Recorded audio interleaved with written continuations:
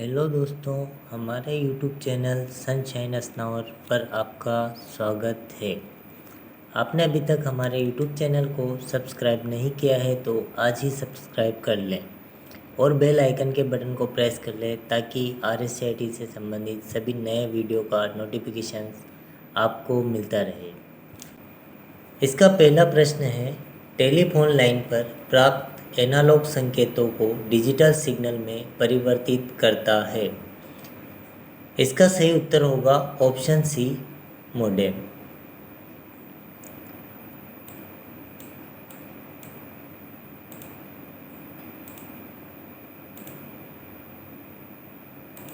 दूसरा प्रश्न है, लोगों की एक बड़ी संख्या के लिए कंप्यूटर आउटपुट प्रदर्शित करने व मीटिंग और कॉन्फ्रेंस के दौरान प्रेजेंटेशन दिखाने के लिए उपयोग में लिया जाता है। इसका सही उत्तर होगा ऑप्शन ए, मल्टीमीडिया प्रोजेक्टर। अगला प्रश्न है, इंजीनियरिंग की उच्च गुणवत्ता वाली कलाकृतियों, बिल्डिंग प्लान, सर्किट डायग्राम आदि को प्रिंट करने के लिए प्रिंटर काम में लिया जाता है। इसका सही उत्तर होगा ऑप्शन डी, प्लॉटर। अगला प्रश्न है, स्पेशल पेपर पर प्रिंट करने के लिए गर्म तत्वों का उपयोग करता है। इसका सही उत्तर होगा ऑप्शन ए, थर्मल प्रिंटर। अगला प्रश्न, इंकजेट, लेजर, थर्मल प्लॉटर इत्यादि प्रिंटर हैं। यह नॉन इम्पैक्ट के उदाहरण हैं। इसका सही उत्तर होगा option B, non impact. Character printer के सबसे लोकप्रिय उदाहरण हैं। कैरेक्टर प्रिंटर में डेजीव्हील और डॉट मैट्रिक्स दोनों प्रिंटर आते हैं। तो इसका सही उत्तर होगा ऑप्शन सी, ए और बी दोनों। प्रिंटर को मोटे तौर पर कितने भागों में वर्गीकृत किया जाता है? प्रिंटर को दो भागों में वर्गीकृत किया जाता है, नॉन इम्पैक्ट और impact printer.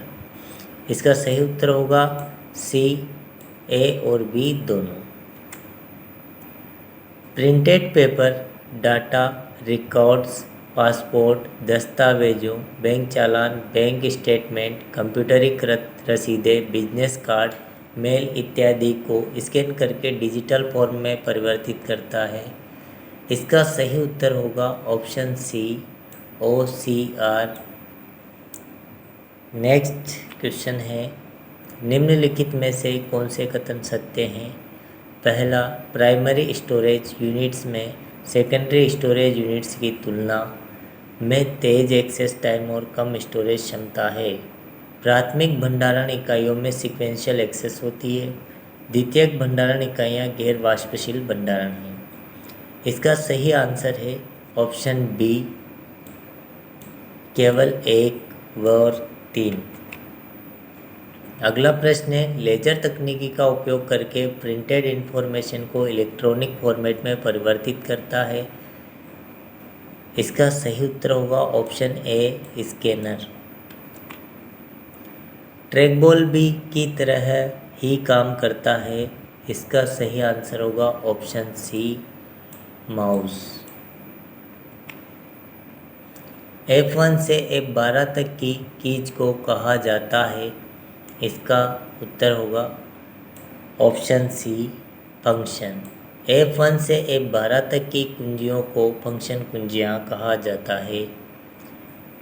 Control shift alt button को कॉम्बिनेशन कीज कहा जाता है। न्यूमेरिकल डेटा 1 2 3 4 से लेके 0 9 तक की जो कुंजियाँ होती है वो संख्यात्मक होती है। कॉम्बिनेशन कुंजी में शिफ्ट कंट्रोल अल्ट आ जाती है आपकी। टॉगल कुंजी, टैब, कैप्स लॉक, ये कुंजियाँ आपकी टॉगल कुंजी में आती है। संख्या, अक्षर एवं विशेष कैरेक्टर को सब कंप्यूटर में द्वारा इनपुट किया जाता है। इसका सही उत्तर होगा option D, keyboard. Keyboard, mouse, touch pad, track point, track ball, joystick, graphics, tablet एवं स्कैनर आदि किस किस के उदाहरण हैं? ये सभी इनपुट डिवाइसेज के उदाहरण होते हैं। इसका सही उत्तर होगा ऑप्शन ए। सबसे अधिक इस्तेमाल होने वाला इनपुट डिवाइस है, सबसे अधिक इस्तेमाल किया जाता है कीबोर्ड, तो इसका सही आंसर होगा ऑप्शन डी। कंप्यूटर सिस्टम के प्रमुख भाग है। कंप्यूटर सिस्टम के जो भाग होते हैं, हार्डवेयर और सॉफ्टवेयर दोनों से मिलकर हमारा कंप्यूटर बनता है। इसका राइट आंसर होगा ऑप्शन सी, ए और बी दोनों। प्रोसेसर को भी कहा जाता है। प्रोसेसर को केंद्रीय प्रोसेसिंग यूनिट भी कहा जाता है और सीपीयू भी कहा जाता है। इसका सही उत्तर होगा सी, ए और बी दोनों। हार्डवेयर को किन घटकों के रूप में वर्गीकृत किया जाता है? हार्डवेयर को प्रसंस्करण, प्रोसेसिंग, स्टोरेज, इनपुट आउटपुट। इसका सही उत्तर होगा ऑप्शन डी, उपरोक्त सभी। फ्लैश मेमोरी, रोम, प्रोम, ईप्रोम इत्यादि के उदाहरण हैं। ये सभी नॉन वोलेटाइल मेमोरी होती है। इसका सही उत्तर होगा ऑप्शन ए। कंप्यूटर पेरिफेरल्स को मोटे तौर पर किन श्रेणियों में विभाजित किया जाता है?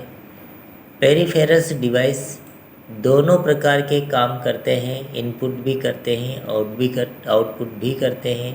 इसलिए इनको इनपुट युक्ति भी कहा जाता है, आउटपुट युक्ति भी कहा जाता है और इनको इन आउटपुट युक्ति भी कहा जाता है। तो यहाँ पर हमारा आंसर होगा ऑप्शन नंबर डी, उपरोक्त सभी। निम्न में से कौन सी कंप्यूटर सिस्टम की विशेषता नहीं है? यहाँ विशेषता नहीं पूछी जा रही है, मतलब लिमिटेशन की बात हो रही है। तो इसका हम देखेंगे कि कंप्यूटर के अंदर सोचने की क्षमता नहीं होती है, तो हमारा राइट आंसर होगा ऑप्शन सी। अगला प्रश्न है, प्रिंटर इनमें से किसका उदाहरण है? प्रिंटर आउटपुट का उदाहरण है, इसलिए हमारा राइट आंसर होगा ऑप्शन नंबर डी। इनमें से कौन से कंप्यूटर डेटा के भंडारण क्षमता, प्रदर्शन, डेटा प्रोसेसिंग के मामले में सबसे शक्तिशाली कंप्यूटर है? सबसे शक्तिशाली कंप्यूटर सुपर कंप्यूटर होता है। इसका सही आंसर होगा ऑप्शन डी। सॉफ्टवेयर के प्रमुख प्रकार है। सॉफ्टवेयर दो प्रकार के होते हैं, पहला सिस्टम सॉफ्टवेयर, दूसरा एप्लीकेशन सॉफ्टवेयर। तो यहाँ हमारा राइट आंसर होगा option A. Mouse, keyboard, monitor, printer, motherboard, memory chip, electronic circuit, expansion card, cable, switch आदि को कहा जाता है। इनको हम सभी को हार्डवेयर कहते हैं। इसमें हमारा आंसर होगा option number B. Database program, word processor, web browser, spreadsheet आदि किस सॉफ्टवेयर की श्रेणी में आते हैं? तो ये आते हैं एप्लीकेशन सॉफ्टवेयर की श्रेणी में, यानी हमारा आंसर होगा ऑप्शन ए। एप्लीकेशन सॉफ्टवेयर को कहा जाता है, एप्लीकेशन सॉफ्टवेयर को एंड यूजर कहा जाता है। हमारा आंसर होगा ऑप्शन ए। यूजर उपयोगकर्ता से सूचना का आदान प्रदान करता है। यूजर और उपयोगकर्ता के बीच में जो सूचना आदान प्रदान करता है वो होता है सिस्टम सॉफ्टवेयर। इसमें हमारा ऑप्शन रहेगा सही वाला ऑप्शन ए। निम्नलिखित में से कौन सा कंप्यूटर हार्डवेयर को चलाता है और अन्य सॉफ्टवेयर को चलाने के लिए एक मंच के रूप में कार्य करता है?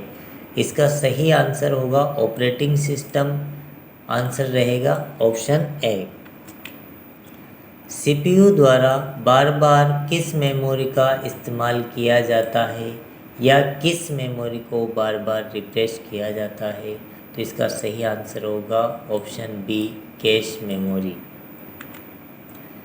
सीपीयू और मुख्य मेमोरी की गति कौन बढ़ा देती है?